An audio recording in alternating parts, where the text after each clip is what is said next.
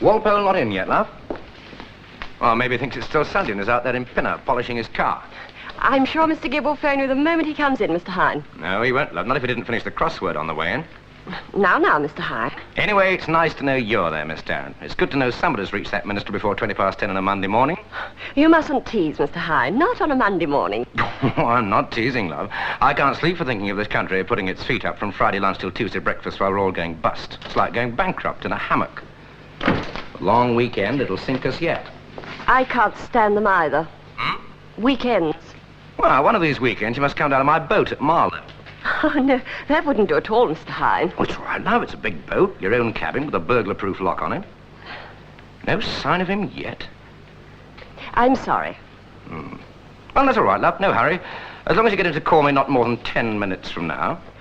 It's his trains, Mr. Hine. They're so unpredictable these days. Then get him to see his doctor. Yes. Well, we'll call you, Mr. Hine. Goodbye. What was so funny? Oh, nothing really. Just that I do look forward to Monday mornings. He's a bit much first thing. He's a bit much all year round.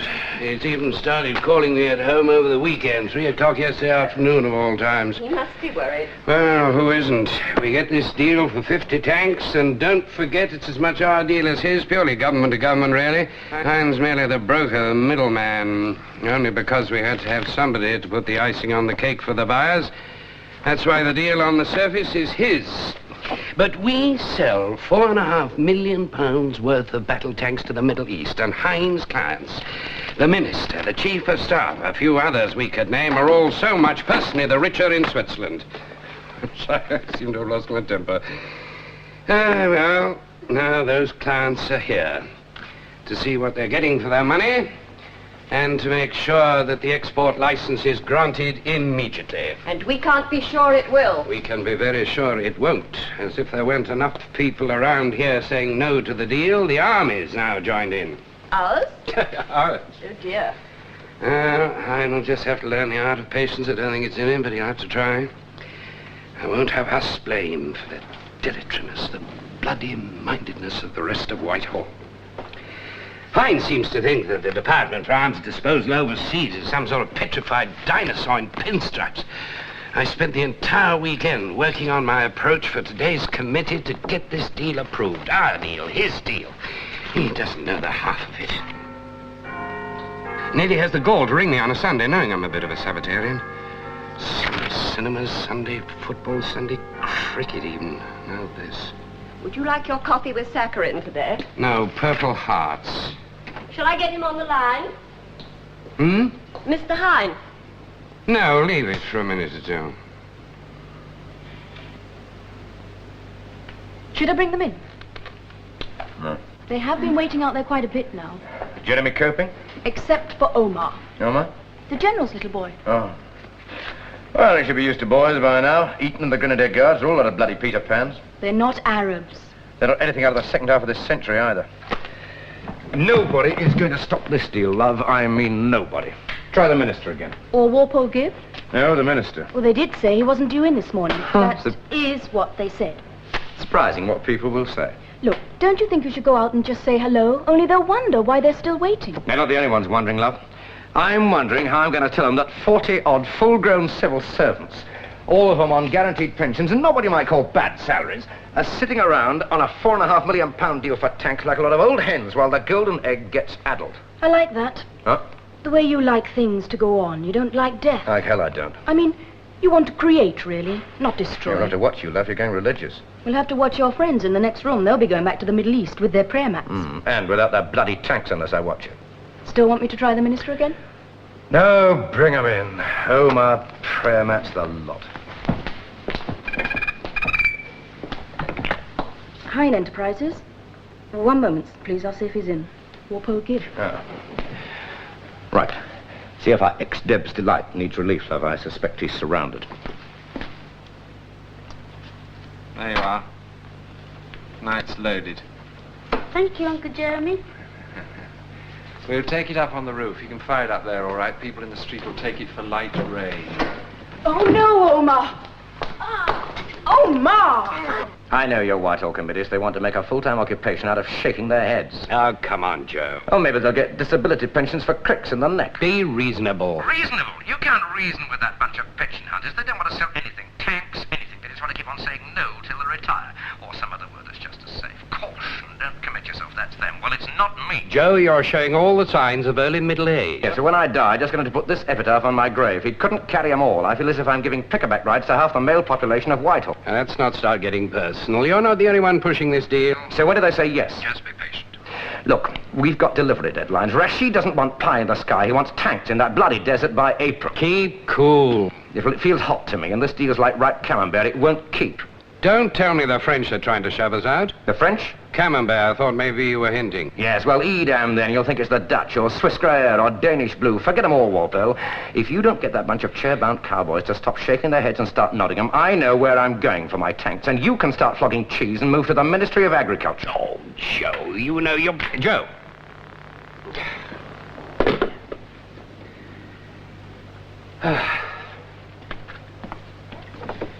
Miss Tarrant, I've just enough time for a cup of coffee before the meeting. Very strong, if you don't mind. Our governments are friendly. I don't see why we should run... Rashid, we're dealing with government within government now. Fly-blown civil servants from every department you ever heard of and some you didn't. All trying to fatten their pensions by making simple things more difficult. It's the same the whole world over. Somebody gets a deal and 100 of the bastards turn up every day between 10 and 5 to try to find a reason apiece why the deal shouldn't go through. And they all have to be fed and housed and provided with secretaries and pencil sharpeners. I'll Good take that. morning, Omar. Now, look. Thunderbirds. Oh, yes, Mark II's, anti-aircraft. But Super Strike's got a longer range. You got an American pen pal or something? No, but I'd like a model like this. Well, we'll see if we can get you one for, here, let's say Christmas. Ramadan. Or your birthday. Get a note to get Martin to supply one, will you, love? In my day, it was Dinky Toys and Action Men. Especially at Sandhurst. Ah, which reminds me... That's all right. I'll look after him. Come along, Omar. You can have your water pistol back now. Oh, no, you're not taking him to the Imperial War Museum, love. They're obsolete. Of course, they must be, if the British themselves are replacing them. What's the height and range of Mark III? He knows his stuff. But General Khoury is the best chief of staff my country ever had. It seems it runs in the family, eh? Yeah. Well, what's on the program, Jeremy? Well, first we're going to see the production line of the tank and fighting vehicle division at Pendle's. The ones being made for the British Army. Well, Oh, don't worry, Rashid. We'll get at least some of this early batch diverted. then there's the demo. We've lined up a squadron of Frobishers to show us their mobility, firepower, and the accuracy of their 95mm gun. But this is for the day after tomorrow. Today and tomorrow, it's doing the town with Omar. So, what have you laid on, apart from the Tower of London and the Imperial War Museum? Changing the guard. Well, you've done that often enough yourself, Jeremy. You'll be able to tell him more about that than the average tourist guide. And? Crown Jewels, the Post Office Tower, Scotland Yard, Petticoat Lane, the Zoo, and... Soho. Two Swords, Madame Two Swords. Oh, they've got all the great army commanders in there. And Lawrence of Arabia. And Hitler. And him. That other ex-corporal. And... Yes. Well, off you go, then. You forgot one thing, Uncle Jeremy. Oh, Omar would like an early morning dip in the Serpentine. He says he's read the English to it and that it's very manly. Personally, I mean, coming from 110 in the shade, it's not what I call advisable. It's enough to give him pneumonia. You could always stand on the bank and see he doesn't drown. You promised we'd have a race, Uncle Jeremy. Oh, well, as an ex-grenadier captain, Jeremy, you can't possibly funk it. Anyway, there's always penicillin. It knocks the hell out of pneumonia. We ready, Uncle Jeremy. Three a month, a light year, a going. You surprise me, Joe. What, by offering a scotch? Come on, Rashid, your liquor laws don't apply here. No, I mean your friend, your PA. But Uncle Jeremy? That's all right. He's heterosexual, he's quite normal. I mean, Omar's quite safe. He did go to public school, but he didn't come out like that. Oh, I'm sure. No, I'm surprised that you have a PA like him. You were in the army together? Together? Him and me? No, he was a professional. He was a captain in the Grenadiers. And I was a corporal in the Ordnance. He was all red tunics and bearskins and depths parties, and I was, well, let's put it this way. If they'd parked me outside Buckingham Palace with oil on my hands and dungarees and boots to fit a baby elephant, I think I would have shot the first guards officer who'd laughed. Anyway, you Arabs aren't all alike, are you? Some of you are born lucky, some of them have the lot, and some, a lot of them, nothing. Cheers. And you were one of the nothing kids, eh? My old man loved me. And Windsor, Jeremy? So many silver spoons in his mouth, he nearly choked. So now you're getting your own back, eh? No, he's loyal. To the United Kingdom? To me.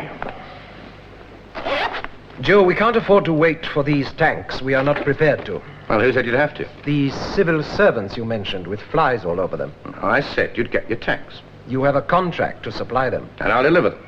50 tanks, not 20 or 30 or even 49, 50, wherever they come from. Oh, so it's not just these civil servants standing in the way then, is it?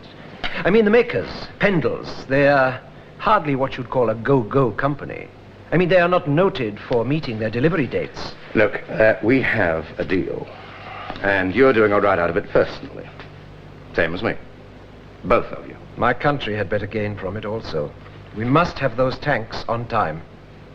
Well, I've put a bomb under Pendles, under that 19th century chairman of theirs. I called him up yesterday and dragged him from under his blanket of Sunday newspapers.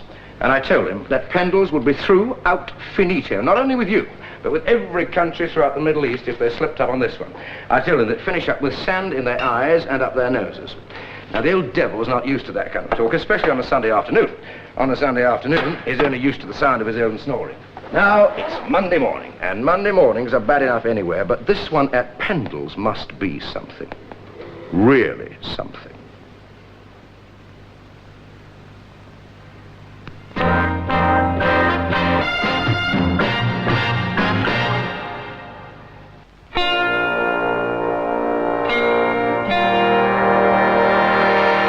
You must try to forget that you were a brigadier and Hine was one of your corporals. Sir, I was merely saying that Hine is hardly persona grata in those places in the armed forces of the Crown which really matter. You mean those musty old clubs around St. James? I mean the places that matter. They make me sneeze or shiver, down to threadbare carpets and serve your own coffee. Well, anyway, Hine is welcome at all the best steakhouses, not to mention the worst. Not to mention rulers' palaces in the Middle East, or the desirable residences of the new leaders in Africa. In other words, in all those places where they have money to spend on what we make, wherever that money comes from. Oil, or mineral deposits, God, such luck. All world charity. He's alive, Astor. He's aware. That bloody man even works on Sunday afternoons. And he did land this deal for us, so he is entitled to raise hell if he doesn't think we're doing enough to push it through, and fast. And what the hell are we doing? That's what I want to know. It's unfair, sir. It's below the belt. Below the belt. Hine doesn't bother about belt lines. He'd hit low with a broken bottle in his glove because the rest are hitting low. The French, the Yanks, who the hell isn't hitting low? We're in the most cutthroat game on earth and you talk about Queensberry rules? Hine knows we don't live in a world of Boy Scouts. I sometimes think he's the only man who sees our rivals about to put the boot in and gets his in first. He's brought up in a slum, he knows how to. Taught him to fight. He was reared to hold his own. Anyway, this wasn't Hine's deal. Not really. It was government to government. Which our government, in the shape of Walpole Gibb, handed to him on a plate. Has it struck you why? I thought it was obvious. Is it? The government can't soil its hands with bribes. And we, as a major company, have to be careful. Astor, you bother me. You know the Middle East. You know it possibly better than Walton-on-Thames. You're patriotic. You're a growing family. Grown. They're almost adults. So, you have plenty to fight for. And yet this Hine chap keeps on getting away with it. I mean, he's no Lawrence of Arabia, is he? He's no great Arabist. Arabist. Only just managed basic English. Astor, we make the damn tanks.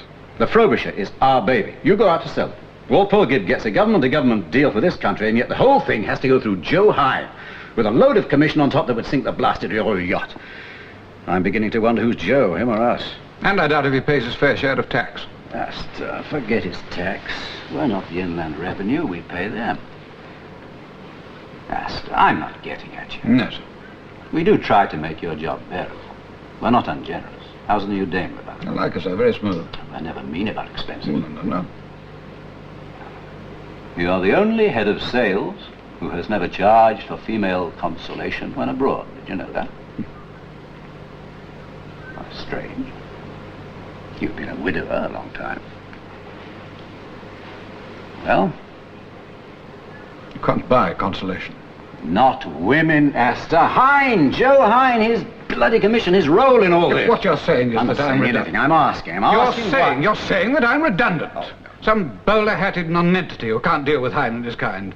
Some amateur civilian that he can run rings round, a sort of military orphan adopted by this vast enterprise. Well, say it if you like, but don't for one moment believe it. Hine gets away with it in the Middle East and some other places because he's responsible to nobody but himself. He can pay the bribes to ministers, chiefs of staff, their damned grandmothers and mistresses, while everyone, governments, tax departments, the press, the public, big corporations like ours, reputable institutions, all turn Nelson's eye while the bribes change hands. Astor, you need a drink. It is gin, isn't it? Think, sir, if you please. I don't see any of Hine's influence in our own recent deals to our own three services.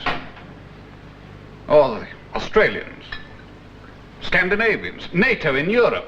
Astor, I'm not getting at you. In fact, I like your standards. This company has carried my family name for nigh on 200 years. We've built up a reputation for quality. Quality. Our first cannonballs, our first bullets, muskets, they all had this thing. Quality. And now, it's the same. With our tanks, our missiles. Quality, Astor. That's the thing. But you can't achieve quality without integrity. Without integrity, there's nothing. We must keep our integrity. I'll tell you something, Astor. The last missile-carrying destroyer we made, I wanted to call it integrity. No, Astor, you mustn't misunderstand me. What I'm on about is the way we must put the pressure on to see this deal goes through. Hine's commission is one thing. Seeing this thing through is another.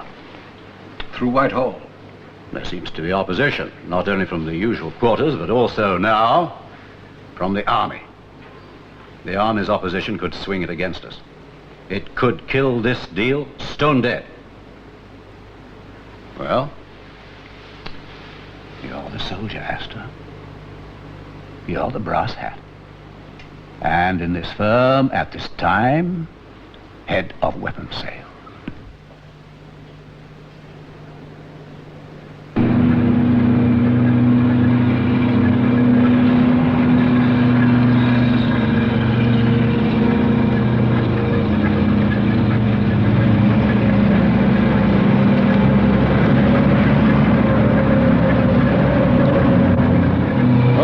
Do so loathe these rehearsals. I mean, I don't much feel like the colonel of the regiment. Nor do you look very much like her, sir.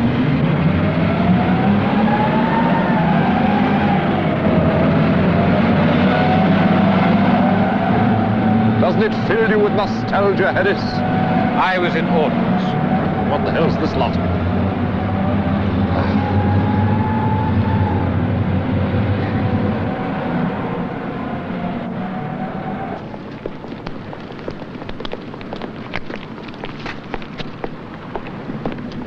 You really do baffle me, Harris.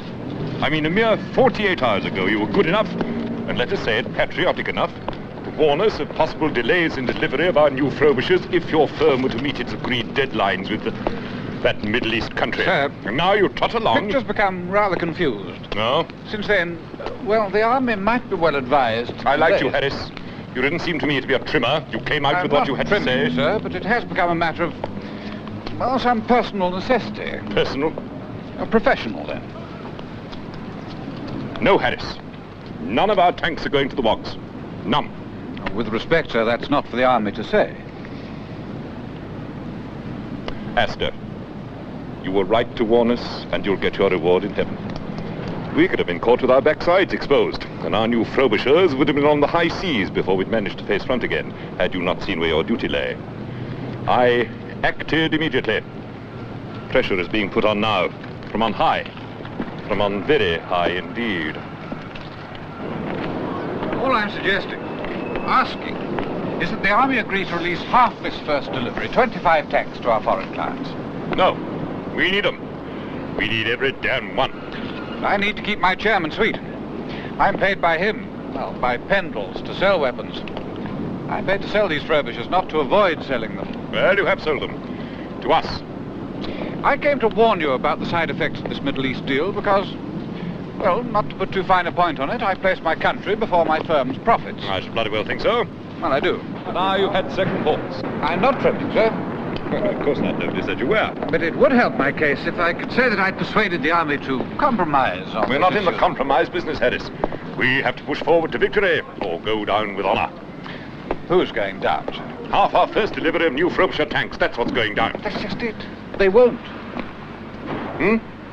Our clients, the Middle Eastern country concerned, won't wear it, so they won't accept 25. As far as they're concerned, half a deal is no deal. So you lose the deal completely? No sale at all? Now you've got it, sir. Between you, me, and the guardroom. Your dedication should be recognized. Do you realize that, Astor? Don't put me up for a gong, sir. This must remain confidential. Sub rosa, you understand. All the same, I'm impressed. I like to think we haven't all succumbed to the temptations of mammon. No, it's terribly sad, really. We used to count as a nation once. It was bad enough to be known as a nation of shopkeepers, but now, God, all they think about is their damned export figures.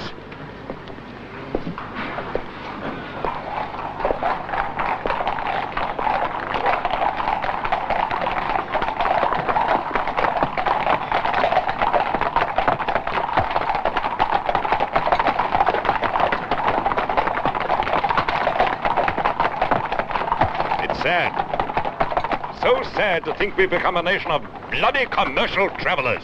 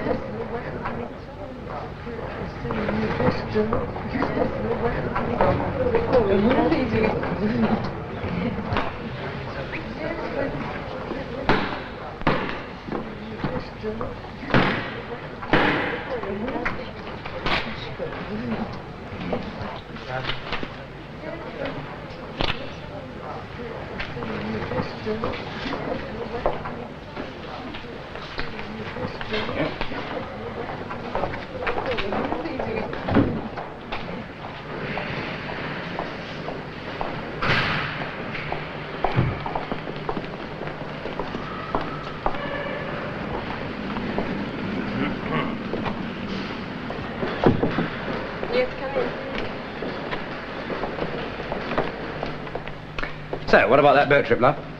Mr. Gibb shouldn't be long. Oh, he's at a meeting? Ah, is he ever not? I'm sorry? At a meeting. Never mind. You'd like a coffee, Mr. Hine? Only if you'll come down to my boat. I mean, she's got a beautiful name. Lady Curzon. She's well maintained, and she's well nigh unsinkable with the most beautiful life belts. Not to mention burglar-proof locks. Aha, the things you remember. Mr. Hine, you really shouldn't, you know. Huh? Russian Secret Service. Congratulations. We'll get you promoted. You're the first one to spot it. I'll not be the last. Mr. Hine, please, would you like some coffee or tea? Your boss. Now, you can't, Mr. Hine, and you know you mustn't. It's conference from 12, isn't it? Next floor up. I can't tell you that, Mr. Hine. Well, somebody else did, love, and she wasn't nearly as nice as you.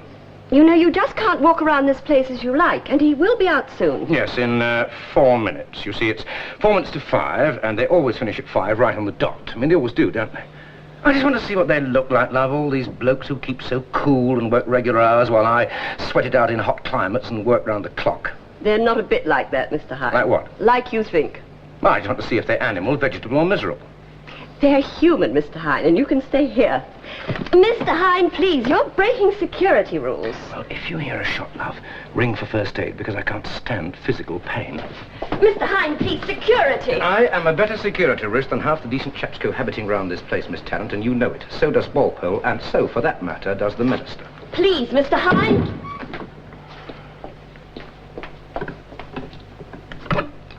Security. I have to report a visitor has just left this office without authorization for conference room 12.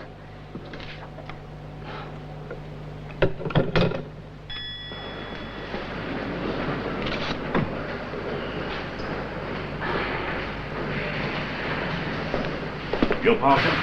My name's Hine, Joe Hine. I must see your parcel. It's downstairs with Mr. Gibbs' secretary, Miss Tarrant. If you'll come with us. What lot were you with, then?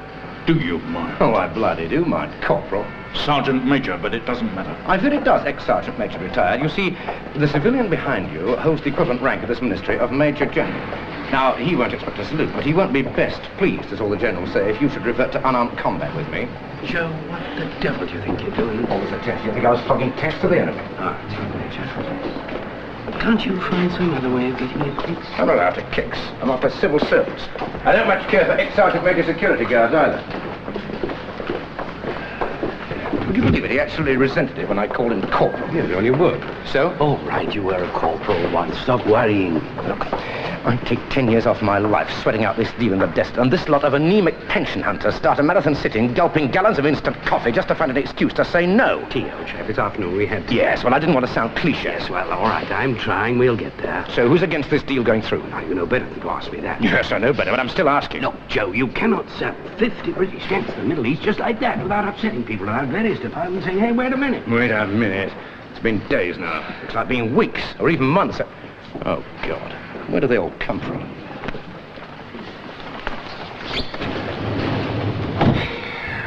You know as well as I do when they all come from. Yeah.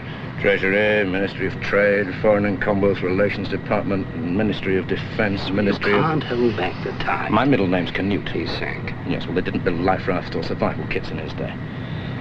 Anyway, I can see where this lot gets their name from. What? The Abominable No Men.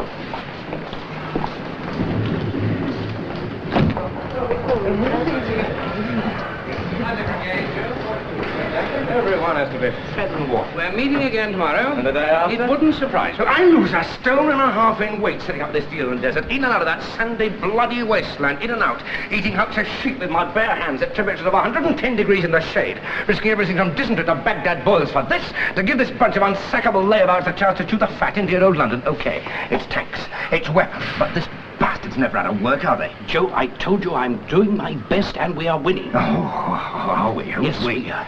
I'm on your side, you know. Well, I'm very glad somebody is. Yes, I have got the name right. Yes, and the time. No, there's no need to recap. Yes, the moment he comes in. Goodbye. Messages appointment. Your secretary seems to think I'm hers. Thanks. Mr. Hine's pass. Well, at least somebody's efficient and works hard in this Kremlin love. You had those Boston stranglers onto me in no time. Thanks for taking these messages, by the way. Should the wind change tomorrow, Joe, I'll call you. Right, Miss Tarrant. It's all right, Walpole. I can find my own way. That's just the point. You're not supposed to. You can't roam around this place as if it were public. Oh, I'm a shareholder. You should see my tax bill. Anyway, knowing your friends in Inland Revenue, I wouldn't be surprised if they hadn't given you a quick rundown on my liabilities. Look, I mean it, Walpole. They'd better pull their fingers out, or else.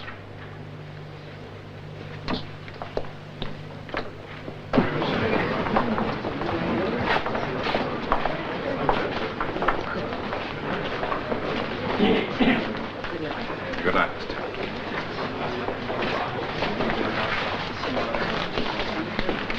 Mind coming with me, sir? What's wrong? You can't leave, that's what's wrong.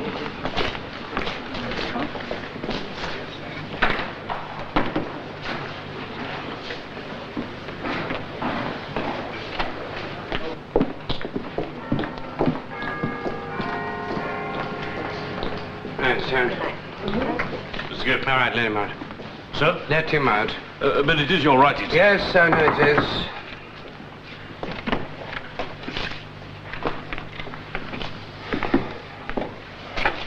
I know we're a load of no-good layabouts, Joe. But don't assume us to be idiots. All right, son, man.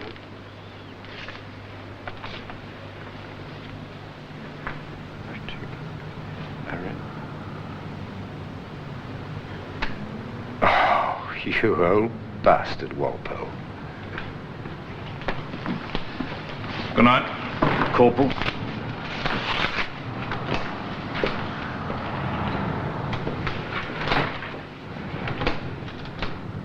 But you can't cancel the demonstration just like that. These chaps, all 14 of them, have come here to see the Frobisher. From all I hear, they're having fun. Especially at night in those penthouse suites. God knows what they're costing. Well, that's Hine's problem. Yours too, I'd say. I won't have that demonstration cancelled. You won't. Don't get above yourself, Undersecretary. My chaps are soldiers, not second-hand car salesmen.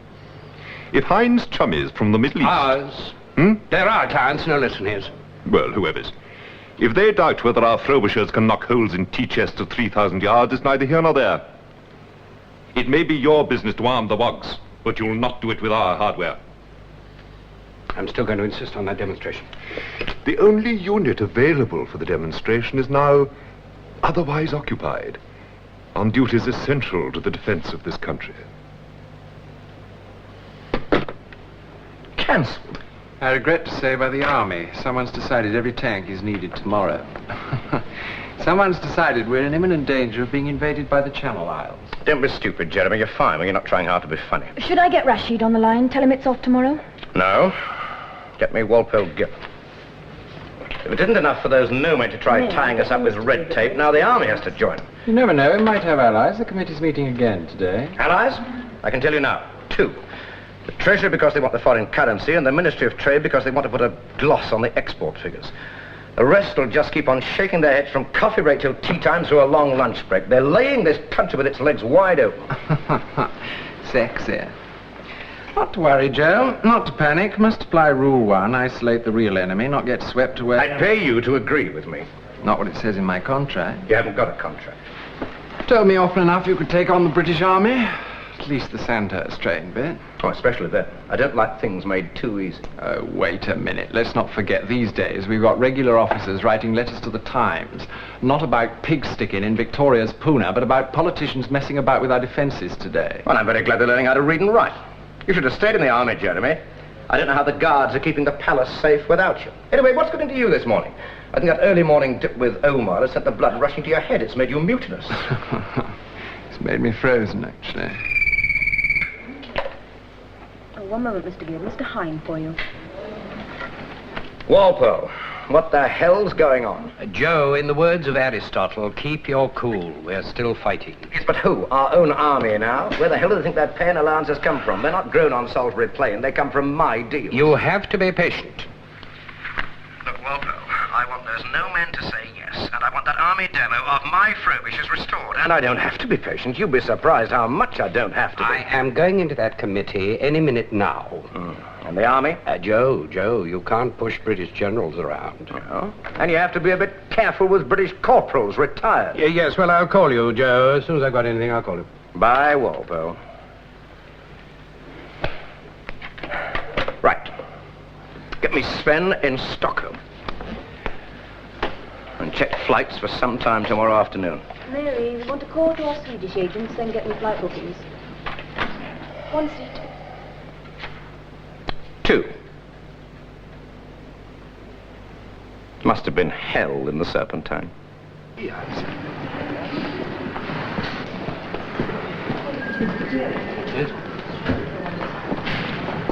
Message from security. Telephone interceptions. Mr. Hine has been talking with Stockholm. It seems he's planning to withdraw the deal for British tanks and buy Swedish. Can't do that. Good grief. Any moment now, our friend Walpole Gibb will call, but I'm out. I do feel sorry for Walpole, but he will listen to rumours from the most awful sources. Thought out yet, Jeremy? Huh? Well, You're not likely to defreeze in Stockholm at this time of year. Suppose you know what to pack? For you? For you. You mean woolly undies? No, I meant a coat, a warm coat. But not fur, of course. Not real fur. I can't stand that. Oh, I threw out the only one I had.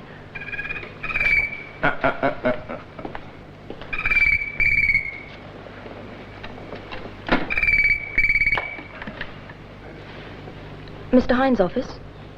Oh, no, Mr. Gibb. I'm afraid Mr. Hine's away. Can I take a message?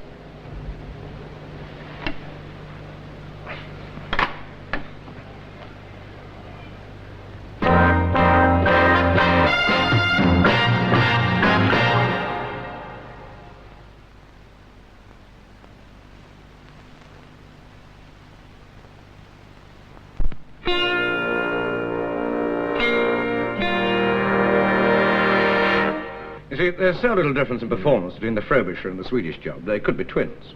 And you can get them by the date we agreed for the Frobishers. On the dot. I'm flying out to settle it today. Well, that's all that matters then. The arrangements stay the same. Oh, precisely. Our personal percentage is unchanged. And you're sure you can get them? I said 50 tanks, and I'll get 50. And the other problem? Oh, yes, the other problem. Mary, tell Jeremy to come in, will you? Not my problem, you understand, Joe. I don't have this appetite for your Western women. It's my staff, my delegation, you understand. It's not the General's problem either. Jeremy, Sheikh Rashid's delegation were a little dissatisfied with the girls you organised for them last night. Oh, dear, really? Scrubbers, most of them, it seems. I am sorry. Your supplies are usually terribly reliable. I'll see to it tonight. Not me, Mr. Windsor. I slept. The General slept also. And Omar?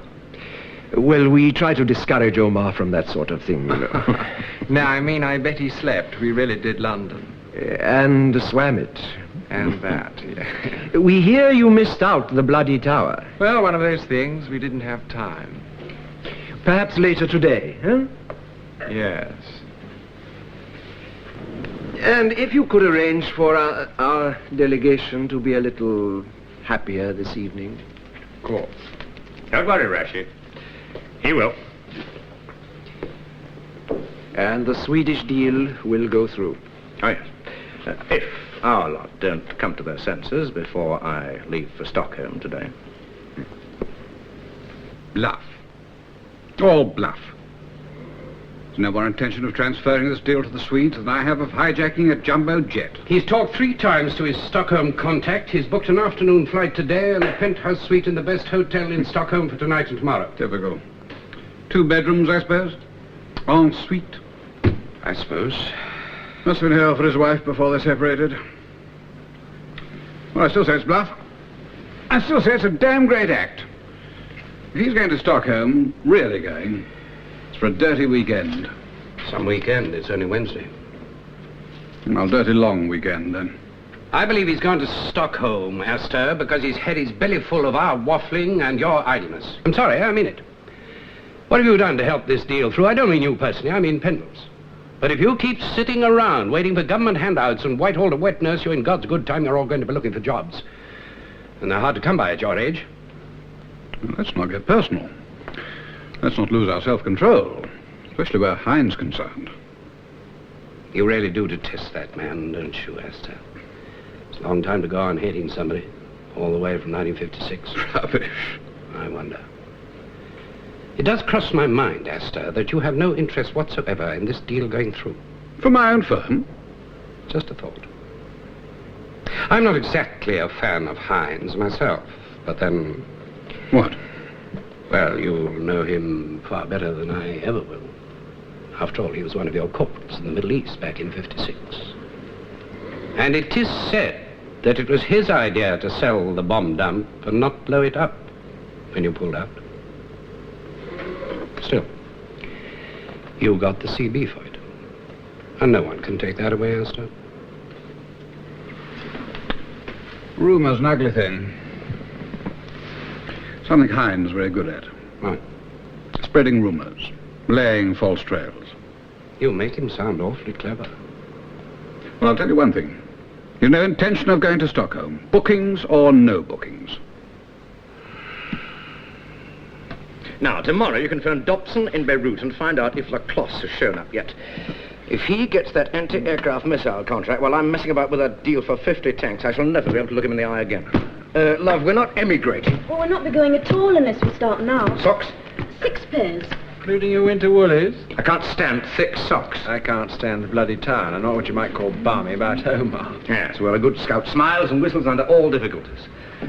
Well, either Walpole's not convinced we're going to Stockholm or he doesn't care, which I don't believe.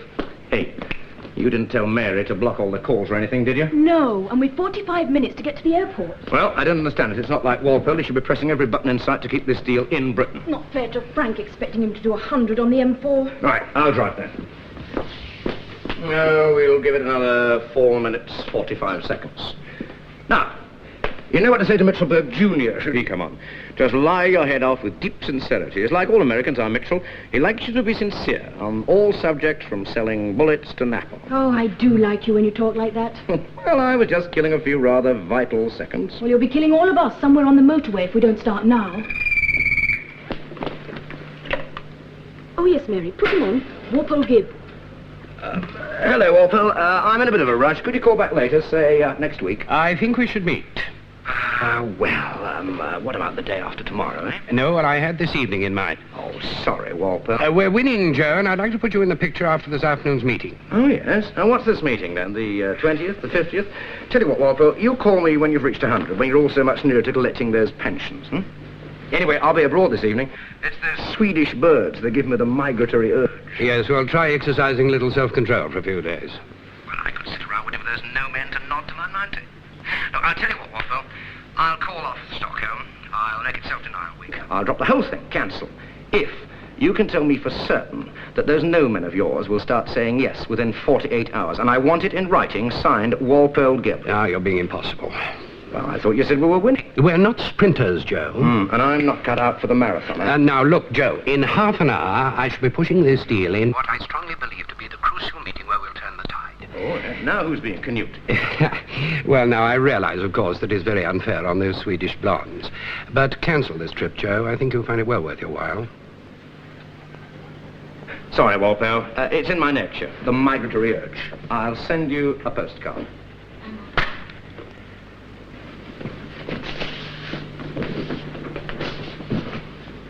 So why are we hanging about?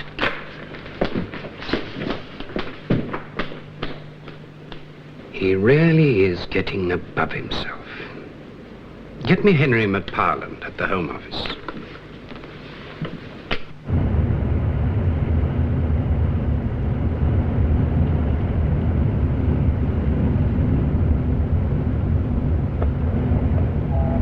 Yes, Henry, I told you I'll take full responsibility.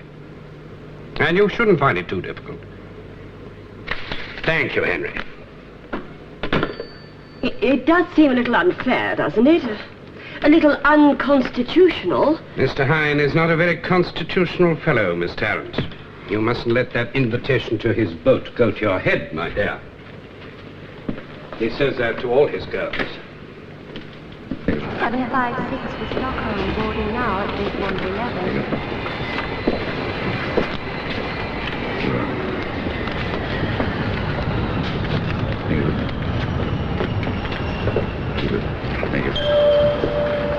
Final call, flight BE 756 Stockholm, closing now at gate number 11. Flight BE 756 to Stockholm, closing at gate number 11. It's all right, it's genuine. We're both British and not wanted by the police. Would you mind coming through, sir? Oh, we haven't time, have we? We'll not keep you long, sir. Look, I come through here 100 times a year. I thought every immigration officer and special branchman at London Airport knew me. I don't, sir. You're new? Yes, sir. I used to be at Southampton checking the Queen. Yes, well, you'll be at Grimsby checking trawlers if I miss this flight. All the same, sir, if you don't mind. This way, sir. Both or neither?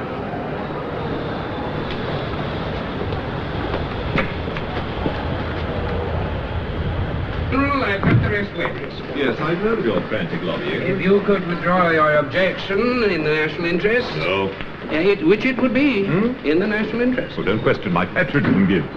Last thing I should wish to do.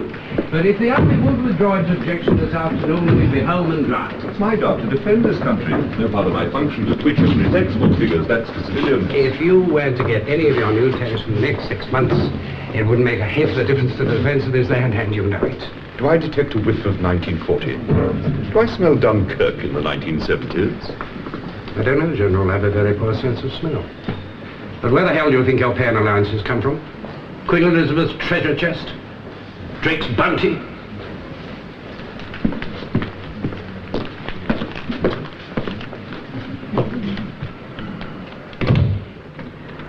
Shouldn't take much longer, sir. We're just checking your passport under the X-ray machine. You know as well as I do that it's genuine. I can't take anything at face value these days, sir. If you and Miss... It's in here. I thought you checked it. I was going to say, sir, if you'd both like to wait in the VIP room, I'd have no objections. Haven't you? And it is more comfortable. If you'd let me hold your boarding cards, you could go there. So what's the next flight? Sorry, sir. The next one we're going to miss. I'd like me to check, sir.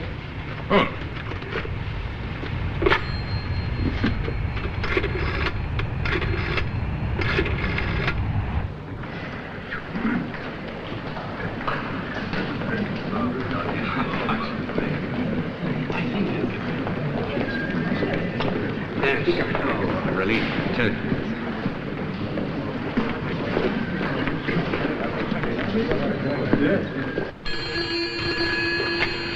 Interview room 3.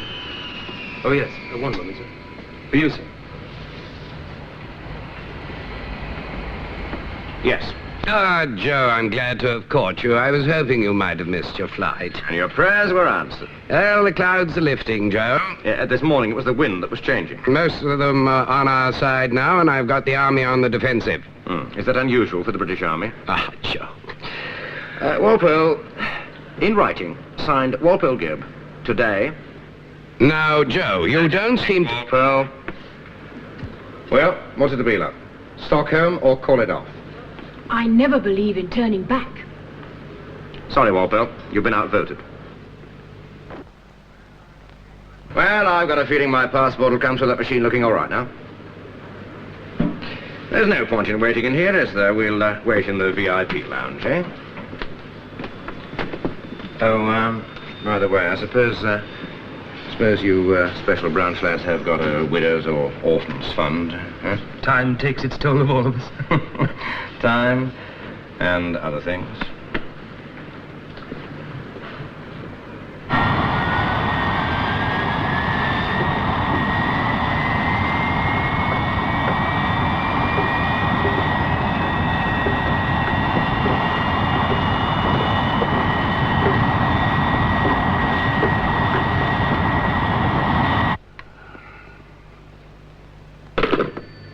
So that's it.